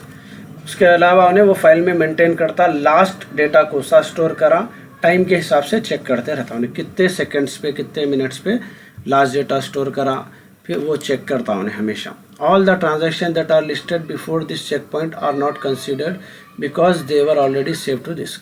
तो इसके अंदर क्या है, अब एक टाइम डेट देख लेता हूँ, मैं 10:15 तक का डेटा स्टोर करे हुआ है, तो वो फाइल जब फिर खुलेंगी वो फाइल के अंदर का उससे पहले का डेटा को नहीं देखता उन्हें। उसके बाद जो जो ट्रांजैक्शन में फिर उसको कंप्लीट हो गए तो लेके जाके उन्हें डेटाबेस में स्टोर कर देता हूँ। Similar points. सेकंड है राइट थ्रू और immediate update method. In the write through method the updations are perform on the database immediately even before the transaction has been committed. Thus a rollback or an undo operation will be required if the transaction abort fails teaching its commit point. ये ऊपर के method का उल्टा है। इसमें क्या करते, एक एक जैसा छोटा भी एक ट्रांजैक्शन होते गए, इन्हें कंप्लीट हो या ना हो ले जाके डेटा स्टोर करना शुरू कर देता डेटाबेस में। अगर समझो कि बीच अधर वो ट्रांजैक्शन रुक गया या कुछ हुआ, अबाउट बोल के फीचर रहता, वो रोल बैक बोल के रहता, रोल बैक अबाउट। तो रोल बैक में क्या करता उन्हें, वो ट्रांजैक्शन जितना भी करा था फिर जाके डेटाबेस में से वो पूरे एंट्रीज को डिलीट करता। यूजुअली अपन अंडू यूज़ करते हैं, वर्ड एक्सेल वगैरह में कई जगह पे अंडू यूज़ करते हैं। वो चीज़ होने के बाद में फिर अंडू करे तो फिर वापस हालत में आती। तो ऊपर वाले में उन्हें पूरा हुए तक स्टोर नहीं कर रहा, नीचे वाले में सीधा स्टोर कर दे रहा। अगर कुछ भी चेंजेस है, अगर कुछ भी प्रॉपर नहीं हुआ तो फिर जाके वापस उसको क्या कर रहा हूँ, उन्हें डिलीट कर दे रहा हूँ। ओके, पुरानी हालत में लेके आ जाना। ओके, ये दो ऑप्शन है इसमें। उसके बाद डेटाबेस सिक्योरिटी भी पूछ रहा क्वेश्चन में। Database security contain policies and mechanism to protect the data and ensure that it is not access altered data. Security क्या होती है, एक सिक्योरिटी गार्ड को कहीं को रखते कहीं भी, ताकि जो है ना आपके चीज़ हिफाजत से रहना, कोई अनऑथराइज पर्सन उसको यूज़ नहीं करना, कोई वो जो है ना घर में घुसना नहीं, कोई वो प्रेमिसेस में नहीं घुसना, ठीक है, ऐसे कई रीजन है, चोरी नहीं होना। तो that is security. Similarly database security में क्या देखते हैं अपन, कोई भी गलत आदमी को डेटा एक्सेस नहीं मिलना, कोई चेंजेस नहीं कर सकना और कोई भी चीज़ डिलीट नहीं होना। ये होती है सिक्योरिटी इसके अंदर policies. There are 3 main objective consider while designing security. अगर एक डेटाबेस की सिक्योरिटी अगर आप डिज़ाइन कर रही, किस हिसाब से आप डेटाबेस को प्रोटेक्ट करेंगे, उसमें 3 चीज़ों का ख्याल रखना। पहला है सीक्रेसी। सीक्रेसी मतलब इंफॉर्मेशन को पूरी तरीके से सीक्रेट रखना, समझे। अनऑथराइज पर्सन कभी भी आपकी इंफॉर्मेशन, आपका डेटाबेस का डेटा नहीं देख सकता। Information should not be disclose to unauthorise user. Okay. Second है इंटेग्रिटी, ओनली ऑथराइज यूजर। मैं बोला ना उसका अपोजिट, तो जो भी ऑथराइज यूजर है उसको ही डेटा दिखना। मैं आपको मैनेजर का एग्जाम्पल दिया था पहले। मैनेजर में क्या है, अपने को बैंक का मैनेजर रहता, उसको एक लेवल का डेटा देखने की इजाज़त रहती, और क्लर्क जो रहता उसको एक लेवल का देखना, तो उसको बोलते हैं डेटा इंटेग्रिटी। जिसको जितनी अथॉरिटी है, जो डेटा देखने की अथॉरिटी है, उन्हें वही डेटा देखना। इस हिसाब से आपकी सिक्योरिटी आप डिज़ाइन करना। Availability, authorise user should not be denied access. हमेशा मेक श्योर करना कि जो है ना, जो भी ऑथराइज यूज़र है उसको जो इन्फॉर्मेशन होना वो प्रॉपर तरीके से मिल जाना। उसको जो है अगर सही पासवर्ड भी मार रहा और आप उसको जो है ना इजाज़त नहीं दे रहे, कोशिश करना ये चीज़ नहीं होना। जिसको जो अथॉरिटी आप दिए हुए हैं, जो पासवर्ड दिए हुए, वो पासवर्ड से जितना डेटा एक्सेसिबल है उसको वो पूरा अवेलेबल करवाना। ये सिक्योरिटी इसमें आता अपने को। चलिए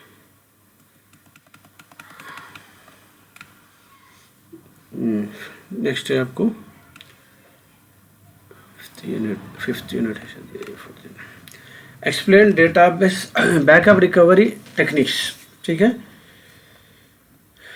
बैकअप रिकवरी टेक्निक्स मतलब क्या है, सेम डेटाबेस में से अपन जो है डेटा कैसा रिकवर। तो इसके अंदर बैकवर्ड और फॉरवर्ड रिकवरी के दो मेथड्स यूज़ करते हैं, ठीक है। Database backup and recovery techniques में आता है इन्हें।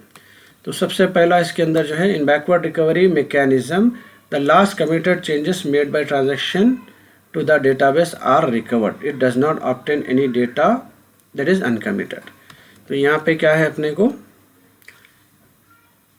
Before images database with changes, database without changes.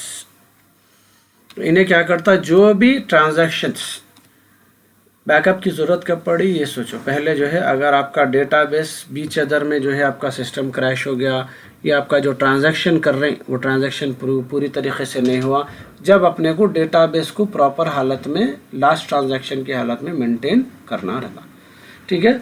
कभी भी फ़ोन हैंग हो गया, कुछ भी हो गया, तो अपन क्या करते हैं, रीस्टार्ट करते। रीस्टार्ट करने पे अपने को लास्ट जो करे थे अपन करते हुए जो चीज़ कर रहे थे हैंग हो गई, वो नहीं मिलता डेटा अक्सर अपने को। उससे पहले वाला डेटा जहाँ तक आप करे अपडेट करे हुए है चीज़ें, वो चीज़ें आपको अवेलेबल मिल जाते, वो होता आपका रिकवरी। इसलिए अपन रीस्टार्ट करते, तो उन्हें लास्ट पॉइंट का रिकवरी देता। यहाँ पर भी वही करा। इन backward recovery mechanism the last committed change, जो भी अपन लास्ट चेंज, कमिटेड का मतलब होता कंप्लीट चेंज जो करे थे, ठीक है, कंप्लीट ट्रांजैक्शन जो करे थे वही वहाँ तक का डेटा पूरा रिकवर करके लेके आता। जो अनकमिटेड था, यानी अभी वो प्रोसेस चल रही था, अभी वो प्रोसेस कंप्लीट नहीं हुआ था, वो ट्रांजैक्शन कंप्लीट नहीं हुआ था, वो नहीं लाता उन्हें। सिर्फ जो कंप्लीट था वहाँ तक ही लेके आता उन्हें। नेक्स्ट है forward recovery. In forward recovery mechanism the committed changes made by a transaction are again applied to the previous copy of the database। इसके अंदर क्या है, ऑलरेडी जो कंप्लीट हो गए थे ट्रांजैक्शन, फिर से क्या करता है उन्हें, प्रीवियस कॉपी को फिर से अप्लाई करता, यानी कि क्रॉस चेक करता उसके अंदर कि जो चेंजेस रिकवर करके लाए वो बराबर है या नहीं है। ओके, इट्स जस्ट जो है समझ में आया तो करो उसको, थोड़ा सा टिपिकल है। चलिए ये 5th यूनिट का जो है क्वेश्चन है, structure of distributed database. Explain the structure of distributed database system. Distributed database system क्या बोलते हैं? स्टार्ट में एक एग्जांपल दिया था, आपको याद होगा कि आपका जो है, आप रिजल्ट के लिए रोल नंबर टाइप कर रहे हैं, वो रोल नंबर जा रहा और रोल नंबर के अलग अलग जो है आपके सर्वर से, एक सब्जेक्ट के मार्क्स एक सर्वर में, एक सब्जेक्ट के मार्क्स एक सर्वर में, एक सब्जेक्ट के मार्क्स, एग्जाम्पल दे रहा हूँ।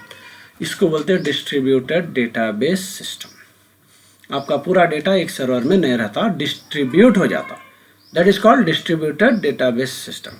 उसको मैनेज करने वाले को बोलते हैं मैनेजमेंट सिस्टम। जो सेंट्रल डेटाबेस है, जो सबसे डेटा कलेक्ट करके आपको दे रहा, उसको बोलते हैं distributed database management system. A distributed database system consists of multiple sites which are connected over a communication network। यहाँ पे क्या है, आपको सपोज इंडिया के फेसबुक का डेटा इंडिया में स्टोर हो रहा, यूएस के फेसबुक का डेटा यूएस में सेव हो रहा, थ्रू आउट द वर्ल्ड ऐसे हो रहा। लेकिन आप कहीं भी ट्रैवल कर लो, आपको डेटा अवेलेबल हो जाता आपका। तो एक मेन सर्वर क्या करता, सारे डेटाबेस से आपको कम्युनिकेट करके रखता, सारे डेटाबेस को एक जगह जो है आपको कम्युनिकेशन करके रखता। आपको महसूस ही नहीं होता कि आपका डेटा कहीं और से आ रहा। आई बात समझ में? इसको बोलते हैं डिस्ट्रीब्यूटेड डेटाबेस मैनेजमेंट सिस्टम। ठीक है, यहाँ कैसा काम करता है उसके डायग्राम्स दे दिया, देखो मैं भी समझाया आपको। फेसबुक का एग्जाम्पल वो डाल दे सकते हैं। ठीक है, ये साइट 1 इंडिया है समझो, ये यूएस है समझो, ये यूके है, ये ऑस्ट्रेलिया है, ये वहाँ का डेटाबेस, ये यहाँ का, यहाँ का, ये मेन फेसबुक का सर्वर है। तो इन्हें नेटवर्क से पूरों का डेटा कलेक्ट करके हर एक को अवेलेबल आसानी से कराया था पूरे वर्ल्ड में। आगे बात समझ में? चलिए सेम वही अलग अलग एग्जांपल्स दे दिया उसके अंदर। यहाँ पे इसके अंदर क्या क्या चीज़ें अपने को जो है आते, connection network configuration as follows. सबसे पहला installation cost. The cost involved in connecting the sites and nodes in the system may differ from one configuration to another। इसको कई तरीके से इम्प्लीमेंट कर सकते हैं। ठीक है, ये मेन सर्वर, पहले उन्हें 2 सर्वर को कनेक्ट हुआ, फिर इन लोगों के अंदर और दूसरे सर्वर्स कनेक्टेड हो रहे हैं। ये स्टार नेटवर्क, ये नेटवर्क्स में जो है अपन FIT में करे थे शायद, उसके अंदर जो है एक सेंट्रल डेटाबेस अलग अलग डेटाबेस को कनेक्ट हो रहा। यहाँ क्या हो रहा, इन्हें इससे कनेक्टेड हो रहा, इन्हें इससे, इन्हें इससे, इन्हें इससे, इन्हें रिंग बोलते हैं इसको, रिंग नेटवर्क। तो ये इससे भी मैं F से C का डेटा लेना है तो इन्हें कनेक्शन में छूमे, यहाँ से डेटा मिल जाता मेरे को, या फिर ये फुल्ली कनेक्टेड या फिर पार्शियली कनेक्टेड, कैसा भी रहने दो, कई किस्म के हैं जो आपको इजी पड़ रहा आप यूजुअली वो इम्प्लीमेंट करते। हर एक में हर कंप्यूटर दूसरे कंप्यूटर से, हर सर्वर दूसरे सर्वर से कनेक्शन में है, देख लो यहाँ पे। तो ये अलग अलग टाइप से जो आप इम्प्लीमेंट करना चाह रहे हैं, यूज़ करना चाह रहे हैं, तो आप किस हिसाब से चूज़ करते हैं उसको, इंस्टॉलेशन कॉस्ट के हिसाब से। आपको जो सस्ता पड़ रहा है या जो अच्छा दिख रहा है आपको कॉस्ट में आ रहा है वो आप ले लेते हैं। कम्युनिकेशन कॉस्ट, जिसमें आसानी से आप कम्युनिकेट कर सक रहे हैं, कम से कम रेट में कम्युनिकेट कर सक रहे हैं, वो आप यूज़ करते हैं। ठीक है। रिलायबिलिटी, आपके हिसाब से कौन सा आपको रिलायबल दिख रहा आपके बिजनेस के हिसाब से आप वो चूज़ करते हैं। अवेलेबिलिटी, द डेटा में वेरी फ्रॉम वन, तो हर एक में क्या है डेटा का अलग अलग रहता है। अब जैसा कि मेरे को सी का डेटा होना है तो मेरा डेटा बी और ए के थ्रू पहुंचना है, मेरे को वैसा नहीं होना है सीधा ए से मेरे को जो है ना एफ को सीधा डेटा पहुंचा देना है, ए से सीधा सी को, तो आसानी से मैं इसमें डेटा कनेक्ट करके पहुंचा दे सकता हूँ। या यहाँ पर भी वैसी एफ से सीधा ए से डेटा ला ले सकता हूँ, मैं एफ से सीधा डी से डेटा ला, तो मेरे को जितना फास्ट डेटा अवेलेबिलिटी होना है उस हिसाब से मैं इसके अंदर चूज़ करूँगा कि मेरे को कौन सा कॉन्फ़िगरेशन यूज़ करना है। यह है डिस्ट्रीब्यूटेड डेटाबेस मैनेजमेंट सिस्टम। ठीक है, आई होप ये लास्ट है।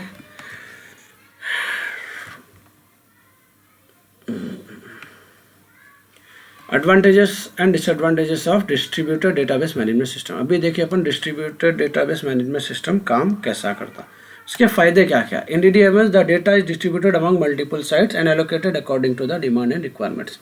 हर जगह डेटा पूरा फैला देते, अपने हिसाब से कौन से सर्वर का डेटा अपने को लेना है अपन लेते यूज करते हैं। It provide faster data processing by distributed the workload and processing data over. इसमें क्या हो जाता, एक सर्वर पे लोड नहीं आता, लोड पूरों में डिवाइड हो जाता, एक के ऊपर पूरे का पूरा डेटा का लोड अपन नहीं डालते। It provides faster data access because the users access only a local subset of the database. तो यहाँ पे क्या है, आपको यूजर्स को भी जो छोटा डेटा उसको होना है वो एक ही सर्वर को एक्सेस करना पड़ता है उसको, तो उसमें क्या है उसका फास्ट जो है ना एक्सेस मिल जाता। It provides the facility to add new sites without affecting the operation. और एक सर्वर ऐड करना है मेरे को तो दूसरे सर्वर पे इफेक्ट ही नहीं पड़ता, और एक सर्वर लेता हूँ मैं उसको यहाँ पे कनेक्ट कर देता हूँ, दैट्स इट। मेरे को पूरा डेटाबेस सिस्टम चेंज करने की ज़रूरत नहीं पड़ती।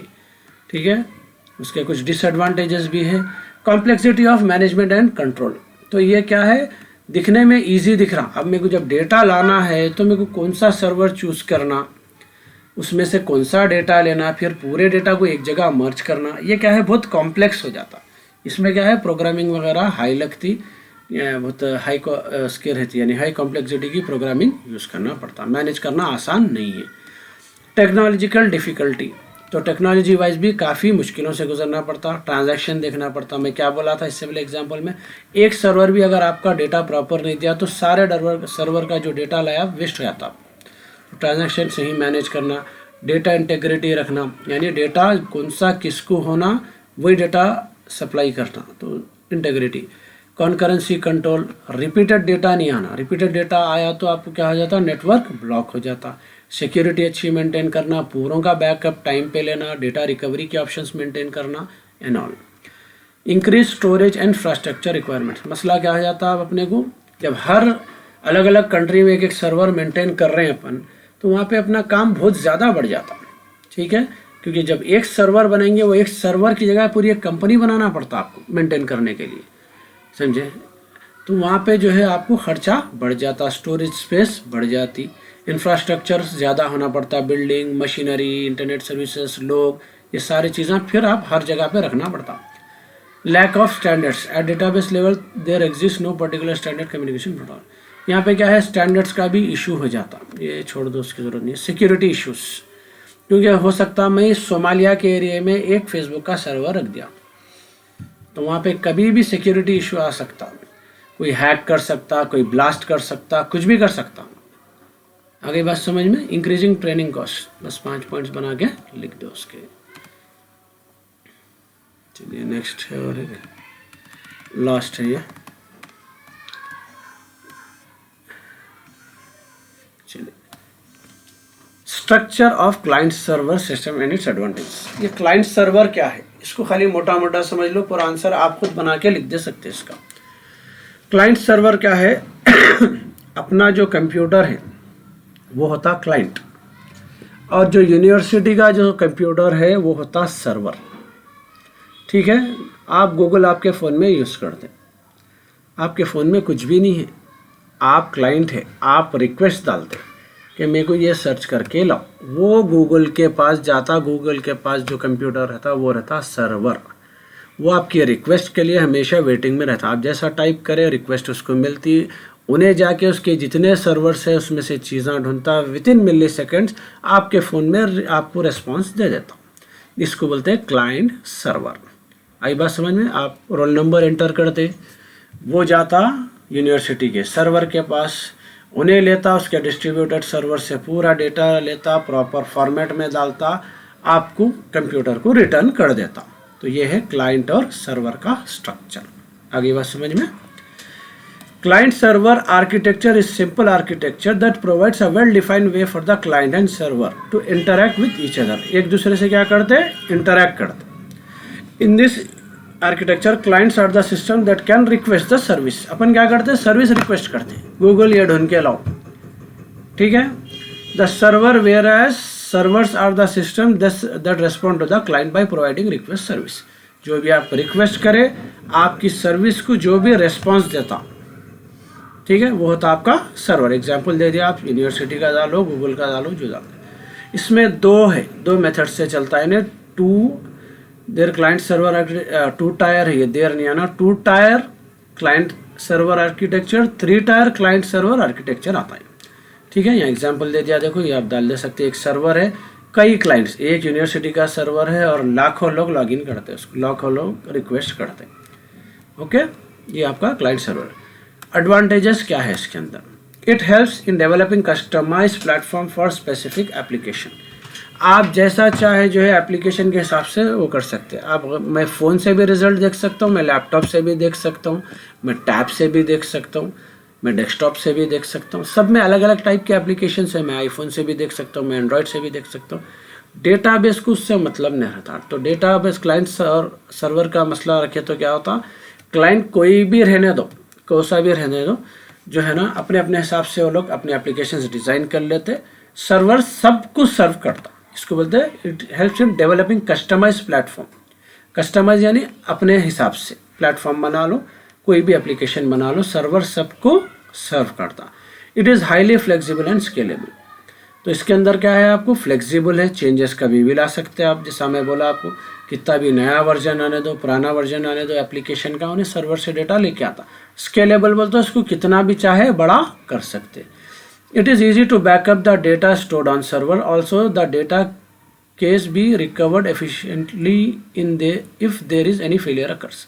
तो यहाँ क्या है, बैकअप्स। फेसबुक जो होता ने हर अलग अलग रीजन में अपना एक बैकअप सेंटर मेंटेन करता।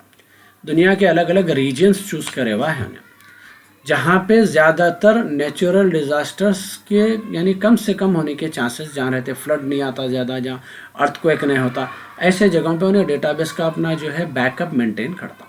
आप देखते, आपको डेटाबेस एक सेकंड में जो है, जो डेटा फेसबुक का है, इंस्टाग्राम का, एक सेकंड में आ जाता कहीं से भी। अगर सपोज के कहीं पे जलजला आ गया, फायर लग गई, वहाँ पे लाइट चली गई, कुछ भी हो गया, तो वहाँ का डेटा काम नहीं करता, तो उसका बैकअप रहता। एक सेकंड के अंदर उन लोग अपना जो है ना डेटाबेस का बैकअप जो रहता, वहाँ पे आपको शिफ्ट कर देते। आपका डेटा वहाँ से आता, आपको मालूम भी नहीं होता कि आपको बैकअप से डेटा आ रहा। फिर यहाँ का जब सही हो जाएगा, फिर वापस शिफ्ट यहाँ हो जाते हैं। मिली सेकेंड्स का काम है लोग के लिए। ठीक है, तो वो लोग क्या है, डेटाबेस का जो है रिकवरी वगैरह हर चीज़ मेंटेन करते हैं। ठीक है, तो ईजी होता है। It provides better accessibility from various platform in the network. जो मैं बोला आपको, अलग अलग प्लेटफॉर्म से आप जो है डेटा एक्सेस कर सकते। प्लेटफॉर्म बोले तो जो मैं आपको बोला कि मैं जो है ना, आपका फ़ोन है, आपका जो है डेस्कटॉप है, लैपटॉप है। In this system server place multiple roles for multiple clients. एक ही सर्वर अलग अलग डिटेल्स इस्तेमाल कर सकता है। यूनिवर्सिटी का सर्वर बोला मैं, अब वहाँ के जो एम्प्लॉई है उन्हें वहाँ पे जो है आपके बाकी के डिटेल्स ले रहा, उन्हें जो है ना वो अपडेट कर ले सकता। ठीक है, जो मार्क्स जिसको एंटर करना है वहाँ वाला मार्क्स एंटर कर रहा, अपने को रिजल्ट देखना है, अपन उसको रिजल्ट देखने के लिए यूज़ कर रहे हैं, वो एक ही सर्वर यूज़ हो रहा। तो इसका मतलब एक ही सर्वर अलग अलग प्रोसेस के लिए इस्तेमाल हो सकता। It defines security rules and access rights for data in order to avoid unauthorization. आप सिर्फ मार्क्स देख सकते हैं यूनिवर्सिटी के सर्वर में, उसके आगे कोई डेटा नहीं देख सकते।